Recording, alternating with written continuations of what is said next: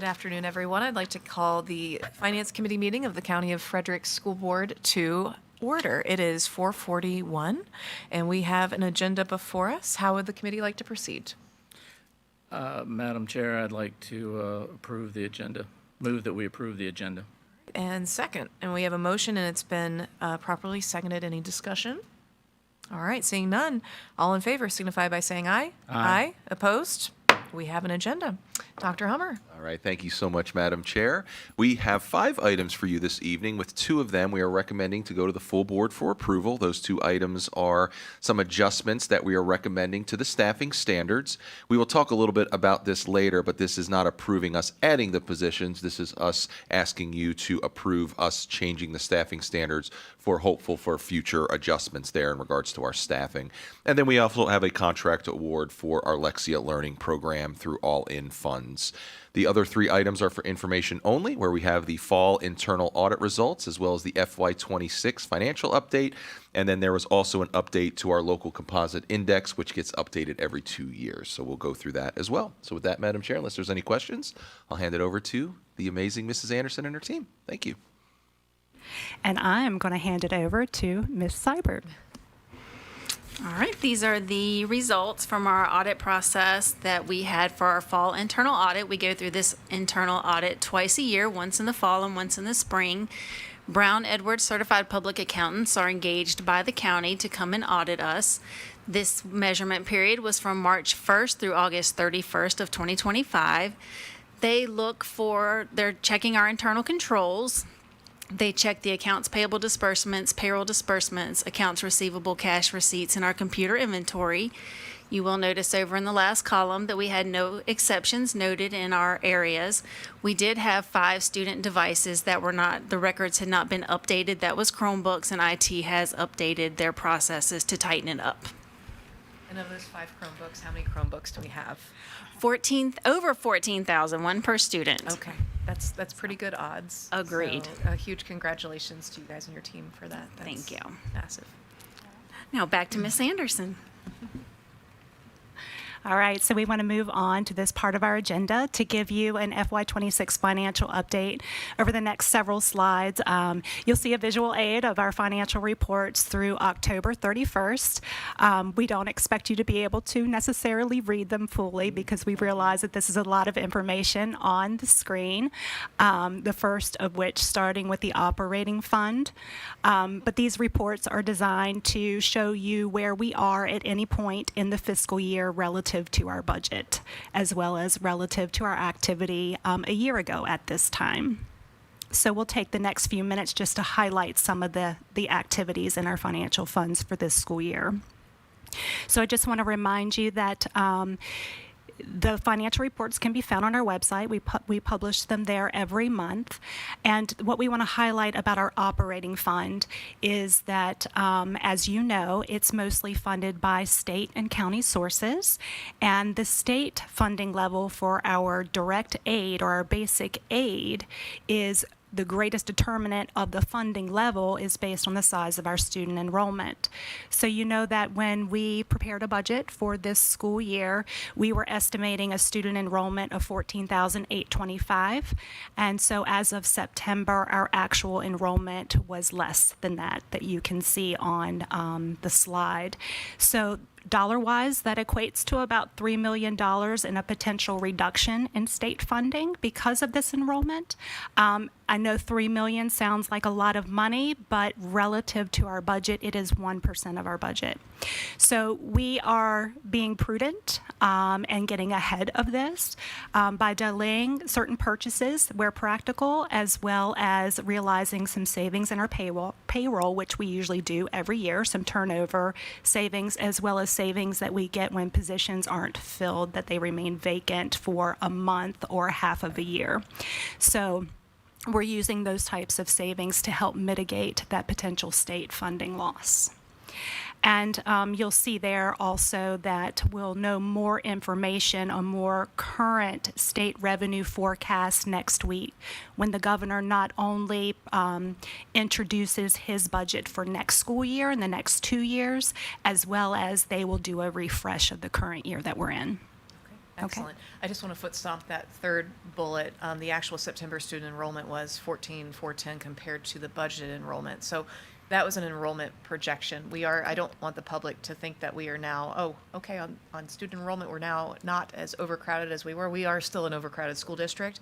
It's just our projections, our estimates, which is what we need to use in order to create a budget. Our estimates were a little over than what they actually were. That's correct. But we are still very much overcrowded.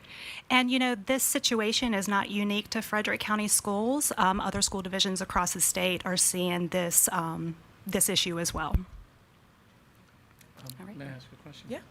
Now, I'm no financial guru, so I don't want to sound stupid here, but could you tell me what our payroll lapse is? Our payroll lapse? Yeah. What the percentage of it is? Can you tell me what you mean by payroll lapse? The positions that are vacant, that funding? The money that would have don't know gone to how pay that- salaries for the people that aren't there, Of this 3 million amount, is that what you're asking about? period. It varies from year to year. What is it now, do you know? Yeah, we'll have to follow up We on can that pull that answer. for you and share it with you. That gets updated every year because it's based on turnover. It's based on who replaces the individuals that leave. It adjusts and changes I every get, month. I get that it moves Yeah. up and down. We could definitely get that for you. What do we do with those funds? Well, right now, it's going to help this 3 million So that's revenue. going back into this? Madam Chair, if I may, too. Scott, that's actually a great question, and we talked a little bit about this at the last budget cycle because we got a lot of questions from downtown about this. But we plan ahead for it. We actually work it into our budget to plan ahead for historically how many vacancies we have. It is not uncommon for a school division or an organization our size to have those vacancies, as well as turnover situations. As I just mentioned, if you have a 25-year teacher that retires in December, and then we replace that teacher with a first-year teacher, then there is a big difference there, which goes into this cost and savings. So that is where we budget for that. That is where we take a look at our timelines. And then at the end of the year, if we do have the overage, which we should always have, that's where we chip away at the unobligated dollars, which you guys see that, and then the end year cost savings, which you guys approve in September, which we go downtown. So we're more than happy to provide that update to you guys every month, but we do budget ahead for that, and we do provide that explanation during the budget process. That's a great question. I appreciate you asking I think that would be a good thing to have that every month. Yeah, we could definitely provide that through the weekly, yes. Thank you. Certainly. I was just going to add that, if you remember last year, when we realized some vacancy savings in our payroll, that we came back to the board to ask to use that for the Middletown modulars. So that's how we would inform the board. Okay, thank you so much. Yeah. So next, that takes us to the Capital Projects Fund. This, when you think of this financial fund, I want you to think of our capital asset plan. It's predominantly funded by the county's capital fund, and if you recall, they gave us $4 million this year to address our highest need projects in the capital asset plan. We also received $2.8 million from the county, which was our prior year school operating fund unobligated surplus that we asked to be used for HVAC unit replacements at Bass Hoover and Dow J. Howard, as well as to replace some additional school buses. So you can see here on the financial report the activity through October. We've got some active projects going on, and you're also aware of this activity through the Buildings and Grounds Committee, where we bring the contract awards there. So we're right on budget. Next takes us to the School Construction Fund. This financial statement is on a life-to-date basis of the project. So there you can see down towards the bottom of the slide our active major construction projects going on. You can see the original appropriation for each project, as well as how much we have spent on the project life-to-date through October 31st, and then our outstanding commitments. And you can also see that we did participate in the fall VPSA bond market. And so we went to the bond market. We received just over $10 million in bond proceeds. And you can see there on the slide that it's broken down between a $9.3 million bond proceed as well as a $700,000 premium. We share that because that premium amount is free money. We will not have to pay interest back on that premium. And that just signifies that there was a good demand in the bond market at that time. So then this takes us to the debt service fund, which is our fund that we use to pay the mortgages on our construction projects. We pay them over 20 years. The county is the primary funding source there. So we receive the actual cash from the county in 3 installments, 50% in December, 25% in March, and then 25% at the end of the year. But we share a cash account with the county, so we're paying our principal and interest when they are due, and we're right on budget, so no surprises there. Next, I want to bring up our health insurance reserve fund. We have a separate fund for health insurance because we are self-insured. That means that we hold the risk of our claims. So we pay for the health insurance benefits and the claims that are provided to our employees and their dependents through the premiums that we set. Those premiums are shared by the school district as well as the employee. The employee has a share of those premiums depending upon which plan that they are on and the type of coverage that they have for dependents. Those premiums are set, even though we are self-insured, we do use Anthem as our third-party administrator. They help us set those premiums based on trends that we see in the utilization of our plan, as well as inflationary trends that Anthem sees in the medical industry. So what I want to highlight here is that you can see that healthcare claims line, that as of the end of October of this school year, our claims were 24% greater than the same time period last year. We're covered, we're good, but I just share this with you because this will be a significant factor that we'll need to talk about in the next upcoming budget. Based on the trends that we had, do you anticipate this to keep the claims to keep going up as they have been? It's really hard to say. I wish I had a crystal ball to know exactly what was going to happen. And you may not know this, but over the past, let's say the past couple years, has it It's steadily rising. increased about the same percentage? About the same percentage each year? No. Okay. No. And that's the interesting thing about being self-insured. When you have a really good year, we really benefit. Yeah. It can vary from year to year. And most people don't realize that the agency's healthcare costs depend on the number of claims that are going throughout the year, and Yes. it's a hard lesson to learn sometimes. Yes. So next, I want to take you through the Special Grants Fund. This is our all-in Virginia funds that we received 2 years ago from the state. We had 3 years to spend it. You'll see that as of the end of October, we still have about $1.5 million to spend. It is our plan to have it fully spent or obligated by June 30th of this year. And if you recall, those funds are restricted to high-intensity tutoring for our students to help improve student attendance, as well as to implement the Virginia Literacy Act. So later on in our presentation, we have a contract award that we're recommending that will be, these funds is the source for that contract.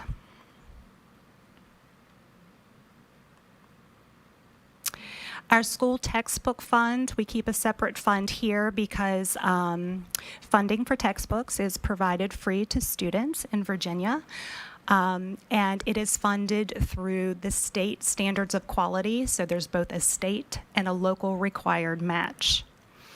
And by having a separate fund, the cost of textbook adoptions can vary significantly from year to year because it's based on a scheduled adoption cycle. Therefore, by having a separate fund, any unused balances roll over to the next year to help us in future years with textbook adoptions. So this year, the budget plans to use textbook funds to replace reading textbooks as well as elementary and secondary math textbooks. Ms. Anderson, about how often you said that textbooks are refreshed on a cycle. What is that cycle? Because I look at these numbers and I'm thinking I'm in the wrong business. I think I need to go into the school textbook business. This is quite a bit of money. So I'm curious how, and it always, I remember the 2 years being on this committee and sitting on this board, these numbers are approximately the same every year. So I'm curious how often they're refreshed. Yes, ma'am, I can answer that. So we try to create a refreshing cycle that is aligned with the state standards being adopted or updated by the state. So that's about every 5 to 7 years. So the standards actually change every 7, but we say about 5 because we actually need a review and revision period prior to that time before we actually make the adoption. So the numbers don't change oftentimes because the number of books, whether digital or physical, go into the hands of approximately all 14,000 students or virtual queues of all 14,000 students, and textbooks are just a very, very costly purchase. But yeah, it's on average anywhere between 5 to 7 years per content area. Okay. They rotate. And they rotate through, gotcha. And you said every 7 years the standards get reevaluated by VDOE? That's right. Okay. Madam Chair, if I may, just forgive my ignorance on this, but how many of the textbooks are actual hard copies? Aren't most of them on the Chromebook? Well, it depends on the content area and the vendor that we select. I would have to pull the numbers of our hard copy inventory, but as trends continue to hold, most of them are digital moving forward, which allow us to refresh depending on the length of the contract that we have with the vendor. Sometimes it allows us to delay an additional purchase. And if it's digital, I'm going to assume it's a savings to the district, correct? It could be, as long as we're able to refresh the content. If the vendor is able to update the content and that content remains aligned with the new standards, we'd love to hold on to them instead of having to essentially replace them or supplant them with another vendor's materials. Thank you. Yep. Mm-hmm. You're welcome. Okay. So this takes us to the final fund that we'll talk about tonight is our school nutrition fund, and Ms. Curry is here. She does a phenomenal job of managing this program. As you know, federal reimbursements for the meals that we serve, breakfast and lunch, as well as sales to students and staff are the greatest source of funds for our school nutrition operation. And just like our operating fund, compensation is, along with food costs, are the primary use of those funds. This fund does support 100 full-time equivalent positions to operate our 21 school cafeterias. So we're right on target with the budget. So it's the fund is performing quite well. Which leads us into the school nutrition community eligibility provision. You know that currently 9 of our schools operate under the community eligibility provision, means that those schools automatically certify to receive federally funded free meals. The eligibility requirements for community eligibility provision is that if 25% or more of the students in that school, if their ISP, which is individual student percentage, is 25% or more, you qualify or you're eligible for to participate in this program. So we currently have 9 that are, and you can see the program benefits. We've been talking about CEP now for at least over the past year. And we've asked the question, what would it take to implement CEP for all of our schools? And based upon the data that we have today, for an additional $900,000 support from the school operating fund, all schools could go to CEP. And that's down from, I think, 1.1 million last year. Because the 1.1 million is already being transferred into the school nutrition fund. So this would be in addition to that for a total of 2 million. 2 million, okay, got it. And that the next bullet, the unpaid balances grew 50% last school year.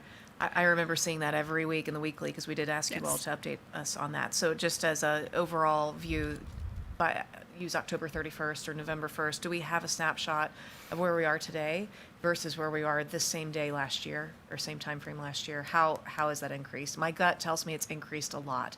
I've been reading a lot of articles and a lot of things coming out of the SBMA as well as our other VSBA, our two school board associations, saying that across the Commonwealth, there has been an uptick in school meal debt. Loudon was hit very hard with theirs, and there's a lot of recommendations for us to go this direction. And it looks like our numbers are trending that way as well. So all that to be said, do we know where we are today, this time today, as of now, and this time last year? What the delta is between those two? I mean, I can pull that up. If you give me a second, I can pull that up, Mrs. Yeah, Klein. that would be great. I know we're going to get into it in the budget talks, but it would be nice to just I'll pull start that up talking about it right now. Yep. Yeah. And you're talking about the debt today where we were, the debt Correct. last year this time. I can pull Yes, that. you Yep. said that much better than I just did. Yes, thank you. Yeah. Yep, give me 2 seconds. But keep moving. I'll Oh, find okay. it. Yep, yep, yep. I was really going to give you 2 seconds. My version of 2 seconds. We'll be here a while.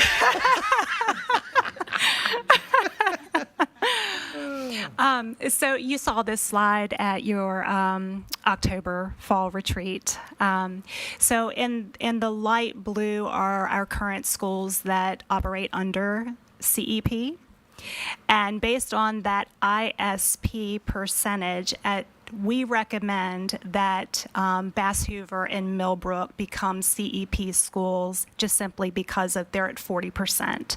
And that seems to be a good place where the financial responsibility or the money that we receive from the federal government helps support those meals. So again, no decisions no recommendations at this point. This is just to get us ready for budget conversations that start in January. Perfect, great. So speaking of which, we'd like to give a next year budget outlook. The last time that we met in the fall, we gave you some information, but what we know additional now at this point is we did receive information from the state about our local composite index change. So you saw this slide at the fall retreat. You know that currently our operating budget, 51% comes from the state, 45% comes from the county, and then 3% from the federal government, and then a 1% from miscellaneous sources of funds.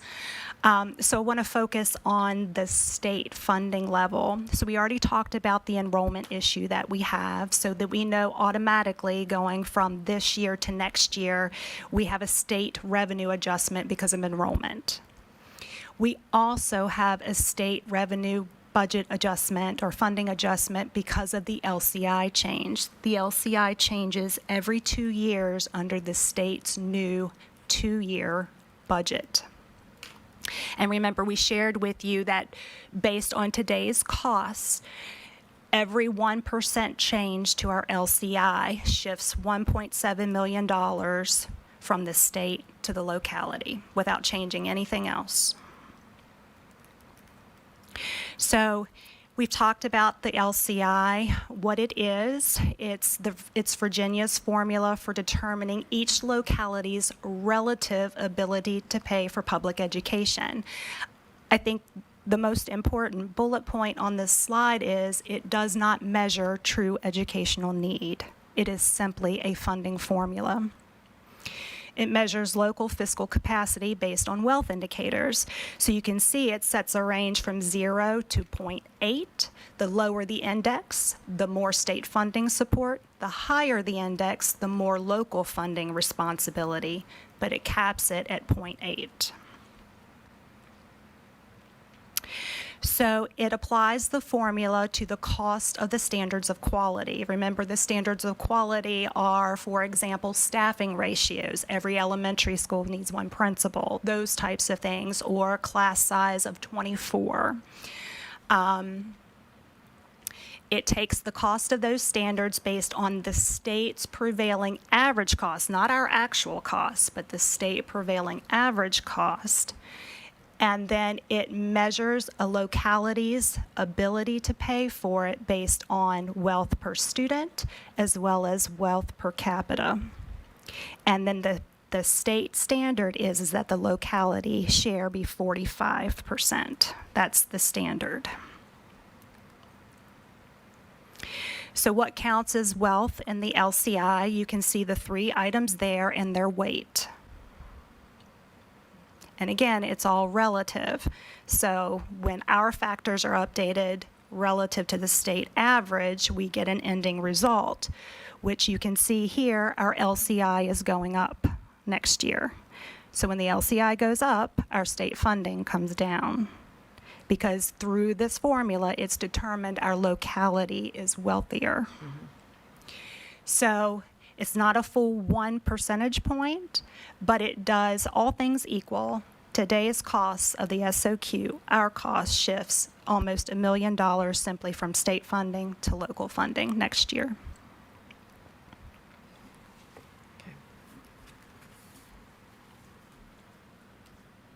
I'll pause here in case you have any questions. Quite the jump from 2018, 2020. It shows the influx of people moving here and then skewing those, causing those numbers to go up. Yep. Is he still looking for the, did you find it? Yes. 2 seconds. Yep. That was pretty close, right? So today we are at 154,000, and then last year we were about 165,000. March we were 184, April we were 212, and then about this time last year we were a little bit over that. So we're about the same than we were last year, yeah. Okay. But we're little bit over, yes. Got it. Thank you. Of course. All right. So here's another key performance indicator that we are looking at both at budget development time as well as at the end of the fiscal year when we are filing our financial information with the state. So this is called our localities funding that they provide above what they are minimally required to fund through the standards of quality. So the SOQ is the floor, it is the base, it is the minimum. So as you can see here, over time, the funding above the SOQ has come down from our locality. All localities in Virginia fund above the SOQ because the SOQ does not account for the true cost of education. Do we have a comparison of our other localities in this region as far as what they fund their school systems at? Above, we'll be happy to get that for you. That would be great. Thank you. Yep.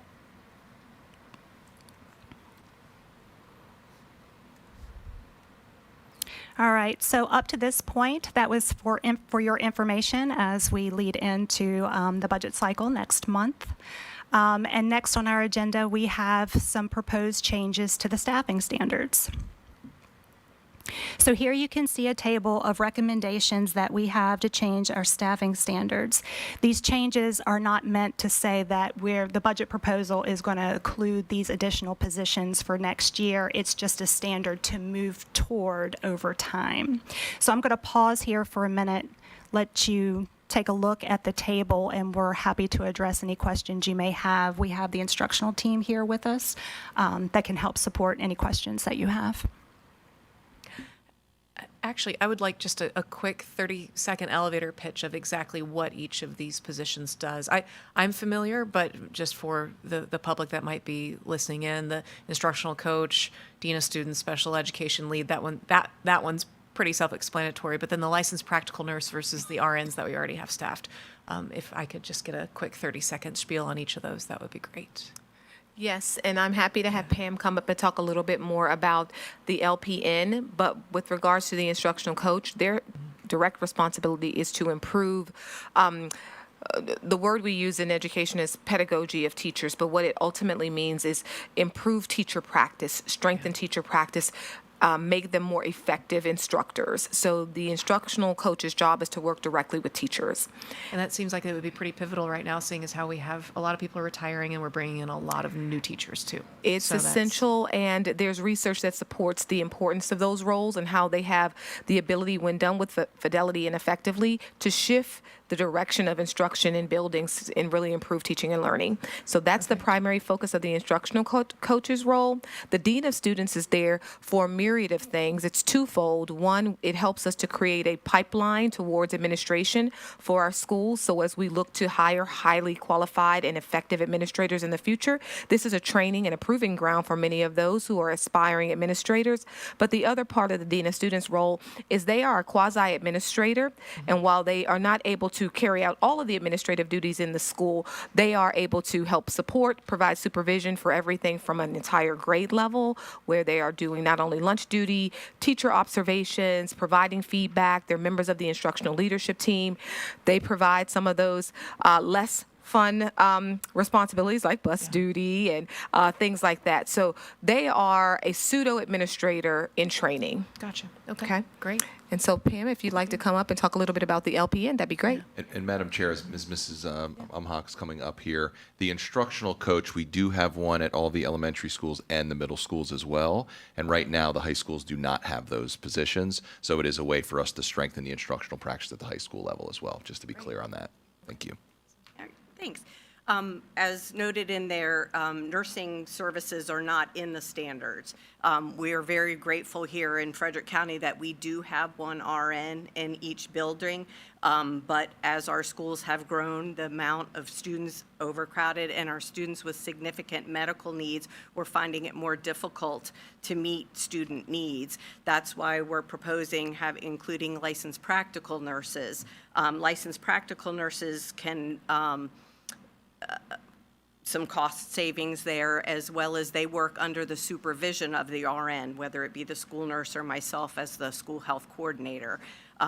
We've done some comparisons with other counties as far as staffing, and we also each year submit to DOE our school health surveys that talk about the number of clinic visits that we have, the number of our kids with chronic medical conditions, and in comparing ourselves to other local counties, we are significantly understaffed in that manner. And we also have like the daily clinic visits, the number of students that are seen each day, which we want to minimize to have them back in the classroom and getting instruction there. Gotcha. Excellent. Thank you so much. It's just one nurse per school, correct? Correct. Yep. So what happens if the RN is, let's say, has the flu for a week? Yep. What do we do in those It's a great question, and that is very much a challenge. We do have a few subs. We have 21 buildings. On our sub list, we have I'd say 10 subs. Registered So- nurses as subs? We do have a few that are LPNs that are subbing. But again, we have very few, so there is the potential that a building is uncovered if the Because nurse is if- out and sick. Not to step on your thought there, but because, as I understand it, there are sometimes responsible for issuing the students medications and Yes. things. Yeah, so it would be, The students- it would behoove us to have somebody there? Yep, it would Thank you. behoove us. And these positions also, can float. They can help with our most needed schools, but correct, if there is a nurse that's out, a student still has to have their medication, a student still has to have their G-tube feed or have their medical needs met. So that would allow us some flexibility and covering throughout the county there so that our instructional folks can instruct. Yeah. Thank you. Thank you.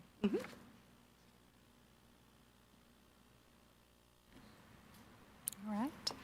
So if there are no other questions, we have a motion, recommend a motion. All right, we have a motion. How would the committee like to proceed? Madam Chair, I move the committee forward to the full board the staffing standard ratio changes as presented with the recommendation for approval. Second, and we have a motion. It's been seconded. Any discussion? Hearing none. All in favor signify by saying aye. Aye. Aye. Opposed? Motion passes. All right. And the next action that we have for you is we are recommending a contract award to Lexia Learning Systems, LLC, in the amount of $355,356.25 for the Lexia Core 5 Reading and Lexia Power Up Literacy. This is the platform that we want to use our All in Virginia funds to help support. And I'd like to invite Ms. Swager from Instruction up to tell you a little bit about Lexia Learning.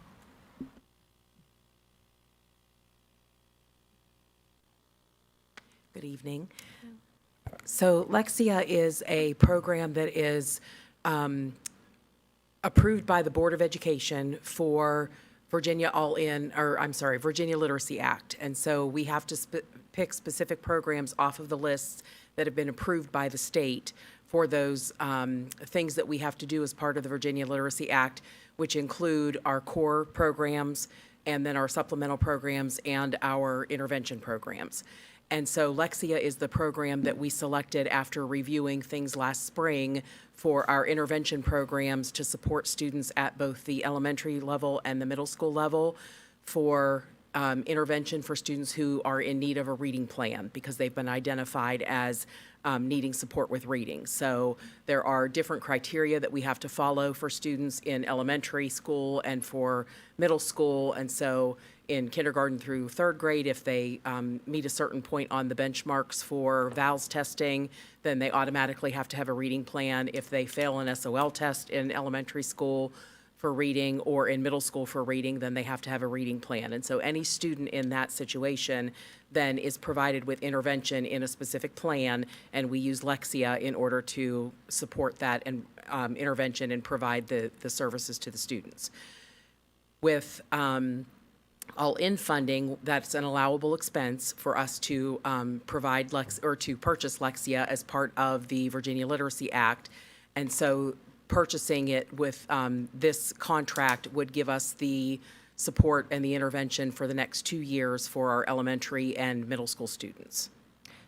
Excellent. It sounds like an amazing program. So understand we have the funds now to cover it, but when those 2 years are over, when this contract comes to its completion in 2 years, so then those funds will also run out. So we will then reevaluate and look at seeing if we can still fund this, if the results are worth it.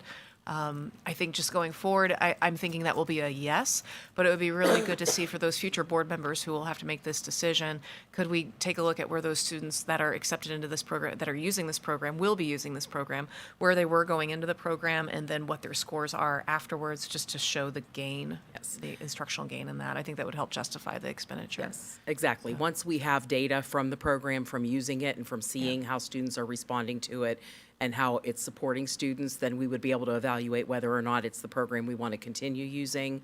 And the state will also continue to evaluate that, and whether or not it stays on the state list would be another condition that we'd have to look at when it came time. Okay, excellent. Great. Yes, and I appreciate Ms. Swager's comments because I just want to offer some clarity around this. We are equally eager to know whether or not the program is going to be effective for students.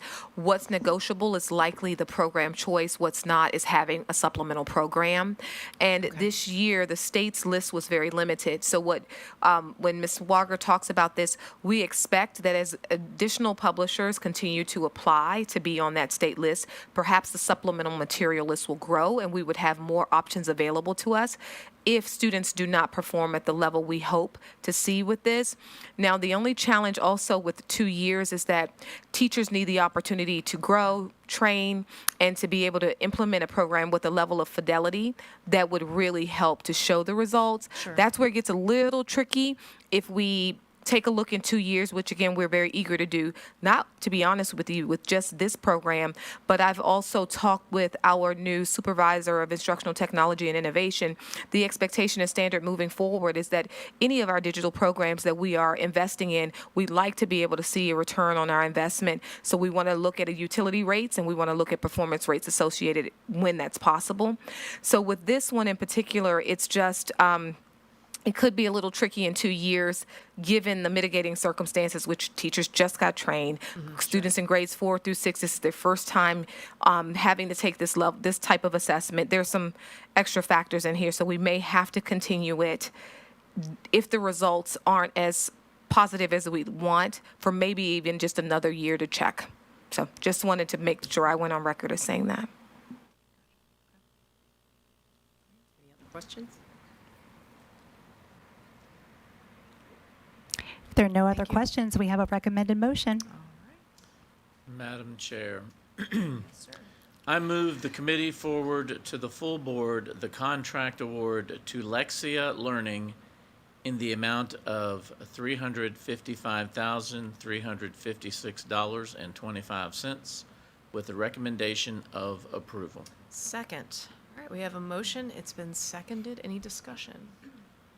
I'm thinking I need to go into this type of business or the textbook business. The whole flying airplanes thing is proving not to be as lucrative. We have a motion. It's been seconded. Any discussion, further discussion? Okay, seeing none, all in favor signify by saying aye. Aye. Aye. Opposed? Motion passes. All right, wonderful. I'd like to turn it back over to Dr. Hummer. All right, Madam Chair, thank you very much. If you have any questions, we're here to answer them. Thank you all. All right. If there's nothing else, then I move we adjourn. And I second that. Any discussion?